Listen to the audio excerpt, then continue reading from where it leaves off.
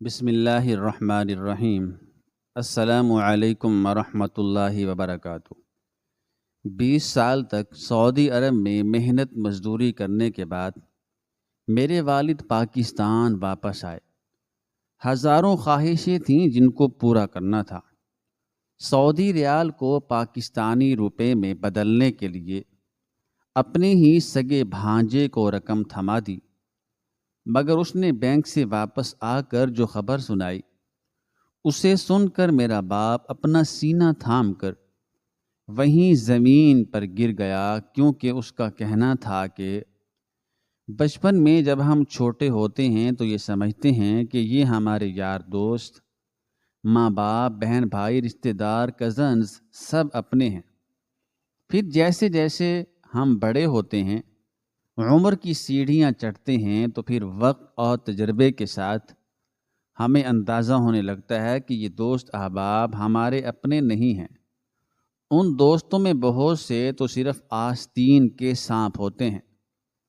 پھر جب لڑکپن سے تھوڑا اور آگے بڑھتے ہیں تو ہمیں یہ ادراک بھی ہونا شروع ہو جاتا ہے کہ سب رشتہ دار بھی ہمارے ساتھ مخلص نہیں ہیں، اور پھر آخر کار عمر کے ایک حصے میں جا کر ہمیں اس بات کی سمجھ آتی ہے کہ فقط ہمارے ماں باپ ہی ہمارے اپنے ہیں۔ ان کے سوا کوئی بھی ہم سے خالص محبت نہیں کرتا، ان کے سوا کوئی بھی ہمارا اپنا نہیں ہے۔ ہماری زندگی کی کہانی بھی ہمارے ان نام نہاد اپنوں کے گرد گھومتی ہے جو کہنے کو تو ہمارے اپنے تھے، مگر انہوں نے ہماری پیٹھ میں چھرا اس طرح گھونپا کہ ہم منہ کے بل زمین پر جا گرے اور دوبارہ اٹھنے کے قابل بھی نہ ہو سکے۔ آئیے میں آج آپ کو اپنی کہانی سناتا ہوں۔ میری کہانی سن کر اور قریبی رشتوں کا یہ روپ دیکھ کر آپ بھی حیران رہ جائیں گے۔ میرا نام ناصر ملک ہے۔ میں بہاول نگر شہر کا رہائشی ہوں۔ مجھے آج بھی وہ دن یاد ہے جب میں 5 سال کا تھا اور میری بہن 7 سال کی، جب میرے والد ہم دونوں بہن بھائی اور ہماری والدہ کو چھوڑ کر سعودی عرب بہتر رزق کی تلاش میں چلے گئے تھے۔ یہ وقت بہت مشکل تھا، ادھر ہمارے ابا کے لیے بھی، جو کہ اپنے خاندان سے دور اکیلے پردیس کاٹ رہے تھے، اور ادھر ہمارے لیے بھی۔ ہماری والدہ جو کہ خود اس وقت 35 یا 40 سال کی خاتون تھیں، ان کے لیے 2 اکیلے بچوں کے ساتھ رہنا بڑا مشکل ہو رہا تھا۔ بے شک خرچ اور اخراجات کے لیے پیسے تو ابا ہی بھیج دیا کرتے تھے، مگر اس کے علاوہ بھی گھر کے 100 کام جس میں مرد کی ضرورت پڑتی ہے اماں خود کیا کرتی تھی۔ دھیرے دھیرے وقت گزرتا رہا، بچے جوان اور ماں باپ بوڑھے ہونے لگے، اور دیکھتے ہی دیکھتے 20 سال گزر گئے۔ یہ 20 سال ہم نے، ہماری ماں نے اور پردیس میں موجود ہمارے باپ نے کس طرح کاٹے، یہ ہم ہی جانتے ہیں، یا وہ لوگ جان سکتے ہیں جو پردیس کاٹ رہے ہیں، اور پیچھے ان کی فیملیاں، ان کے گھر اور خاندان اکیلے زندگی بسر کر رہے ہیں۔ خیر، وقت کا کام گزرنا ہے، اچھا ہو یا برا گزر ہی جاتا ہے، اور وقت کی اچھی بات یہی ہے کہ یہ برا بھی ہو تو رکتا نہیں ہے، گزر جاتا ہے۔ 20 سال پردیس میں گزارنے کے بعد آخر کار میرے ابا نے وطن واپس آنے کا ارادہ کیا، کیونکہ ہم بچے جوان ہو چکے تھے اور میری بہن مجھ سے بڑی تھی اور اس کی شادی کا وقت قریب آ چکا تھا، اور اب یہاں ہمارے گھر میں میرے والد کا ہونا ضروری تھا۔ ویسے بھی ان 20 سالوں میں انہوں نے اچھی خاصی رقم جمع کر لی تھی، جس سے وہ وطن واپس آ کر اپنے دونوں بچوں کی، میری بڑی بہن اور میری شادی آسانی سے کر سکتے تھے۔ میرے ذہن میں آج بھی وہ منظر اسی طرح صاف اور واضح دکھائی دیتا ہے۔ یوں لگتا ہے کہ یہ کل کی بات ہے جب ابا واپس آئے تھے۔ میں اپنی پھپھو کے بیٹے کے ساتھ ابا کو ایئرپورٹ سے لینے گیا تھا، اور ابا مجھے اپنے سینے کے ساتھ لگاتے ہوئے کہنے لگے، ارے جب میں تجھے چھوڑ کر گیا تھا تو یہاں میرے گھٹنے کے برابر آتا تھا، اور اب دیکھ میرے سے بھی اونچا ہو گیا ہے تو۔ اور میں نے نم آنکھوں سے اپنے باپ کی سفید داڑھی اور سفید سر کو دیکھتے ہوئے کہا، ابا وقت بھی تو دیکھیں کتنا بیت گیا ہے، 20 سال۔ کہنا آسان ہے، مگر یہ 20 سال ہم نے آپ کے بنا کیسے گزارے ہیں یہ ہم ہی جانتے ہیں۔ یہ کہتے ہوئے نہ جانے کیوں میری آنکھیں نم ہو گئیں، اور ابا نے ایک بار پھر سے مجھے زور سے اپنے گلے سے لگایا اور سینے کے ساتھ بھینچتے ہوئے کہنے لگے، میں جانتا ہوں پتر، جو تکلیف تم لوگوں نے اٹھائی ہے اسی تکلیف سے میں بھی گزرا ہوں، اور ہم سب نے یہ تکلیف، یہ مشکل وقت کس لیے کاٹا ہے؟ تاکہ آنے والا وقت آسانی سے کٹ سکے۔ اب انشاءاللہ کوئی پریشانی نہیں ہوگی۔ میں آ گیا ہوں نا، دیکھنا ہر چیز ٹھکانے پر آ جائے گی، سب کچھ ٹھیک ہو جائے گا۔ میں نے مسکرا کر اپنے باپ کے مضبوط ارادوں کو دیکھا اور دل ہی دل میں آمین کہا، اور ہم گھر واپس آ گئے۔ میری ماں، جس نے اپنے شریک حیات کو، اپنے ہم سفر کو 20 سال بعد اپنی آنکھوں کے سامنے دیکھا تھا، اور میری بہن، دونوں نے ابا کو گلے سے لگا لیا۔ یہ خوشی کا موقع تھا، مگر ہم سب گھر والوں کی آنکھیں بھیگ رہی تھیں۔ ابا گھر میں کیا آئے، گھر کے در و دیوار ہی چہکنے لگے۔ ہمیں تو یوں محسوس ہو رہا تھا کہ جیسے ہمارے گھر میں رونق ہی اب آئی ہے۔ ابا کے واپس آنے کے بعد ہم صحیح معنوں میں زندگی کو جینے لگے تھے۔ ابا کے آنے سے پہلے بھی ہم زندگی گزار رہے تھے۔ زندگی رکی تو نہیں تھی، روزمرہ کے سارے کام ہوتے تھے، مگر جیسے ہی ابا واپس آئے وہ اس طرح گھر کے کاموں میں جٹ گئے تھے، یوں محسوس ہوتا تھا کہ جیسے ہم نے تو سالوں سے کوئی کام کیا ہی نہیں تھا۔ انہوں نے گھر کی ٹوٹی پھوٹی چیزیں ٹھیک کروائیں، گھر کو رنگ و روغن کروایا، آدھا ادھورا جو فرنیچر تھا اسے ٹھیک کیا، اور پھر میری بہن کا رشتہ دیکھنا شروع کر دیا۔ ابا کو آئے ہوئے تقریباً 1 مہینہ گزر چکا تھا، اور زور و شور سے میری بہن کا رشتہ تلاش کرنے کی مہم جاری تھی، اور پھر آخر کار 1 مہینے کی کوششوں کے بعد ابا کو زبیر کی فیملی پسند آ گئی تھی۔ زبیر کا خاندان بھی بہاول نگر کا رہائشی ہی تھا۔ وہ لوگ میری بہن نائلہ کو دیکھ کر پسند کر گئے تھے، اور شگن کے نام پر کچھ پیسے بھی اس کے ہاتھ پر رکھ گئے تھے۔ پھر میری اماں اور ابا، میں بھی لڑکے کو دیکھنے ان کے گھر گئے تھے۔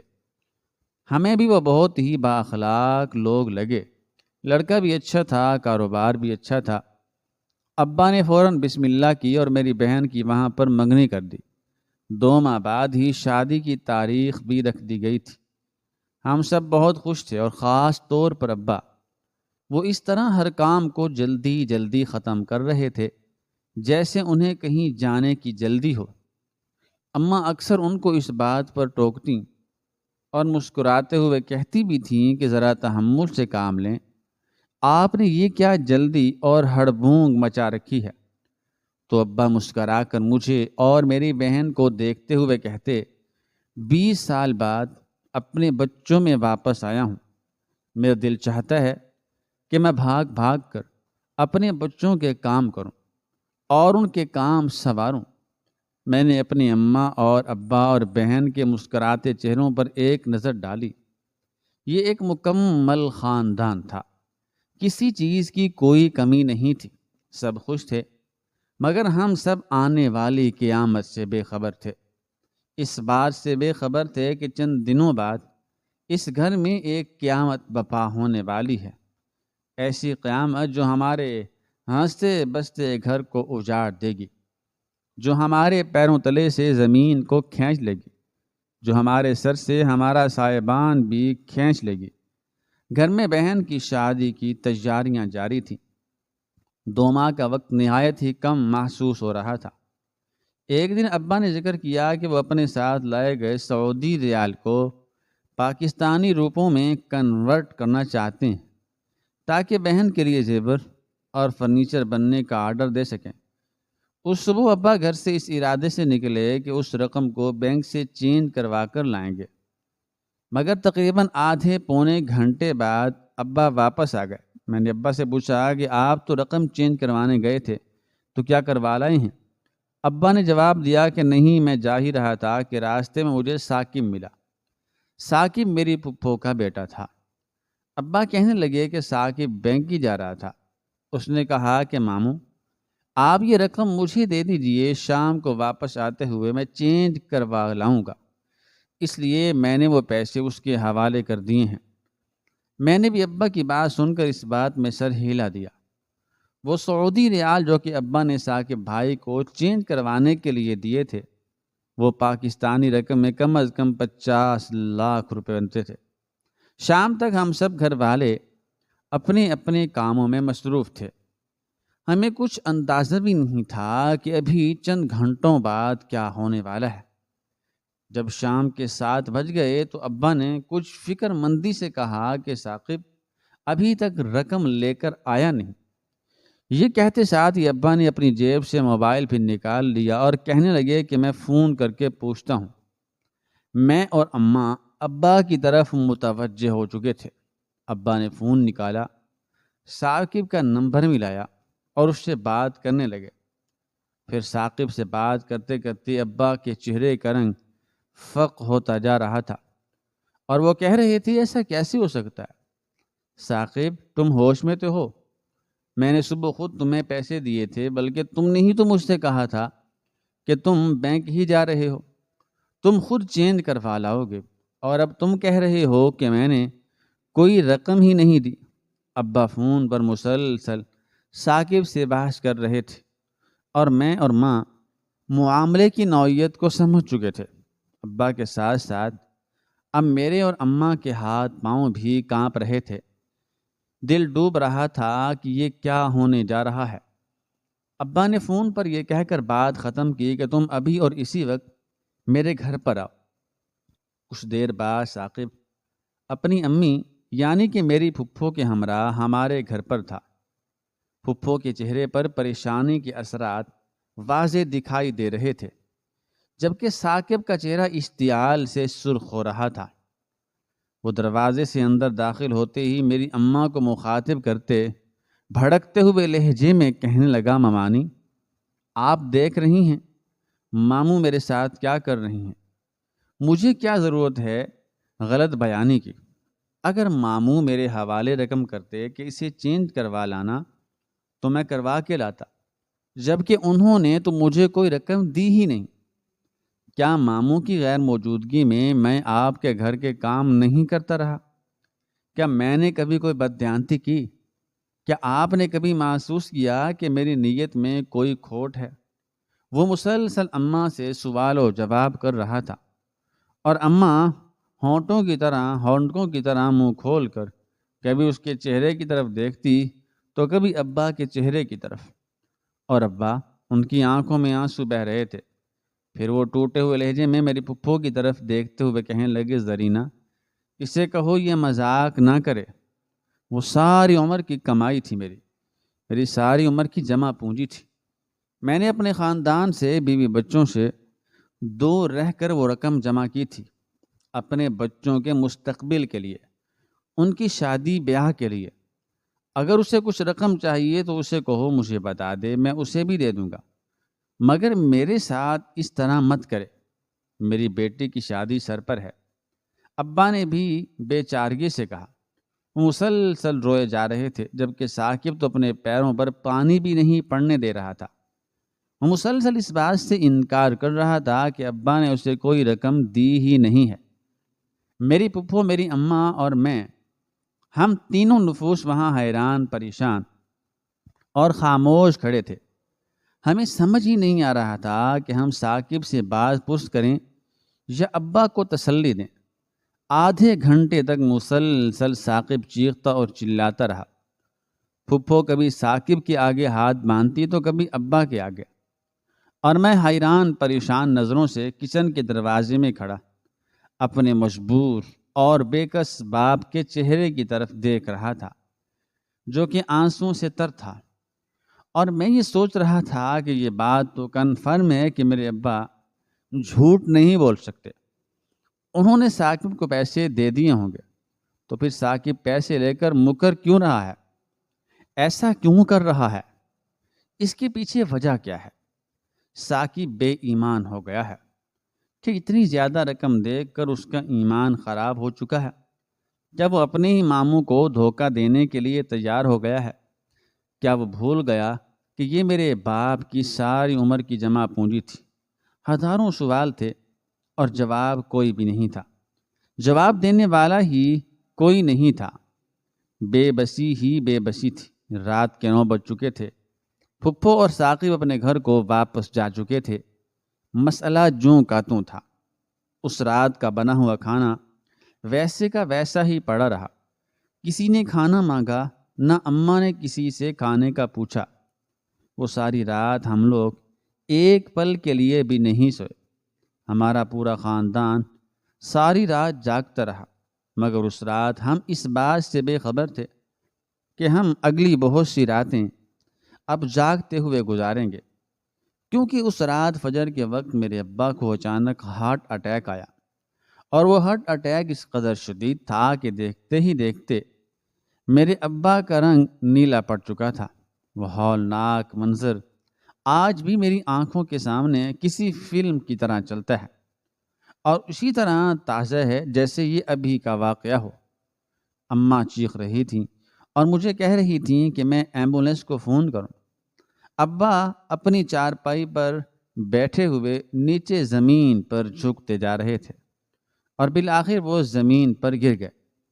میں نے 1122 پر کال کر کے ایمبولینس کو بلایا۔ 15 منٹ بعد ایمبولینس ہمارے گھر کے دروازے پر تھی، اور یہ 15 منٹ ہم ماں بیٹے نے کس طرح کاٹے، یہ میں ہی جانتا ہوں یا میری ماں جانتی ہے۔ گھر میں کسی کو ہارٹ اٹیک آ رہا ہو تو کیا کرنا چاہیے، میں اس بات سے بے خبر تھا، کیونکہ ہمارے گھر میں کوئی بھی ہارٹ کا پیشنٹ نہیں تھا۔ ابا کو یہ ہارٹ اٹیک اچانک آیا تھا، اور میں اپنی طرف سے پوری کوشش کر رہا تھا کہ کسی طرح میرے باپ کی جان بچ جائے۔ میں ان کے سینے پر دونوں ہاتھوں سے وزن دے کر دبا رہا تھا، تو کبھی ان کے منہ کے ساتھ منہ لگا کر انہیں سانس دینے کی کوشش کر رہا تھا، اور میری اماں کبھی ان کے پیروں کے تلوے اپنے ہاتھوں سے ملنے لگتی تو کبھی ان کے ہاتھوں کی ہتھیلیوں کی مالش کرنے لگتی، مگر ابا بے ہوش ہو چکے تھے۔ 15 منٹ بعد ایمبولینس آئی۔ ہم ماں بیٹے نے ابا کو ایمبولینس میں ڈالا اور ہسپتال پہنچے، مگر ابا ہسپتال پہنچنے سے پہلے ہی اپنے خالق کے حقیقی سے جا ملے تھے۔ 20 سال بعد وطن واپس لوٹنے والا میرا باپ، جس نے اپنے خاندان کے ساتھ صرف 2 ماہ گزارے تھے، وہ اس تلخ حقیقت کو برداشت ہی نہیں کر پایا کہ اس کے اپنے سگے بھانجے نے اس کی ساری عمر کی جمع پونجی کو ہڑپ کر لیا تھا۔ یہ صدمہ ابا کے لیے جان لیوا ثابت ہوا، اور وہ اپنے خاندان کو ایک بار پھر سے اکیلا چھوڑ کر ایک ایسے دیش چلے گئے جہاں سے اب کبھی واپس نہیں لوٹ پائیں گے۔ ہسپتال سے 1 گھنٹے بعد ہی میں اپنے باپ کی ڈیڈ باڈی کو لے کر گھر واپس آ گیا تھا۔ وہ باپ جو سعودی عرب سے ہمارے کام کرنے کے لیے، ہمارا مستقبل سنوارنے کے لیے پاکستان واپس آیا تھا، اس باپ کو خود میں نے اپنے ہاتھوں سے قبر میں اتارا اور اس کے اوپر مٹی ڈال دی۔ اپنے باپ کی قبر پر مٹی ڈالتے ہوئے مجھے یوں محسوس ہو رہا تھا کہ یہ مٹی صرف میرے باپ کی قبر پر نہیں، ہمارے ارمانوں پر اور ہمارے مستقبل پر بھی پڑ چکی ہے۔ ابا کی وفات کے 10 دن بعد میری بہن کے سسرال والے آئے، اور انہوں نے اس بات پر مشورہ کیا کہ اب شادی کی تاریخ کو آگے نہ بڑھایا جائے، لہذا شادی کی تاریخ وہی رہی، اور 2 ماہ بعد میری بہن کا نہایت سادگی سے نکاح ہو گیا، اور وہ بنا جہیز کے رخصت ہو کر اپنے سسرال چلی گئی۔ ابا کی وفات کے بعد اماں تو ادھموئی ہو چکی ہے، وہ ہر وقت خاموش بیٹھی خالی خالی نگاہوں سے سارے گھر کو دیکھتی رہتی ہیں۔ شاید ان کی نگاہیں ابا کو تلاش کرتی ہیں، اور نہ تو میں بہن کے خالی گھر کو دیکھ سکتا ہوں، اور نہ ہی اپنی ماں کی نم آنکھوں کو دیکھ پاتا ہوں۔ صدمہ تو میرے لیے بھی یہ پہاڑ جیسا ہے، مگر میں پھر سے اٹھ کر کھڑا ہو گیا ہوں۔ پھر سے کوشش کرنے لگا ہوں، کیونکہ میں جانتا ہوں اپنے گھر والوں کو ہمت دینے کے لیے مجھے ہمت کرنی ہی پڑے گی۔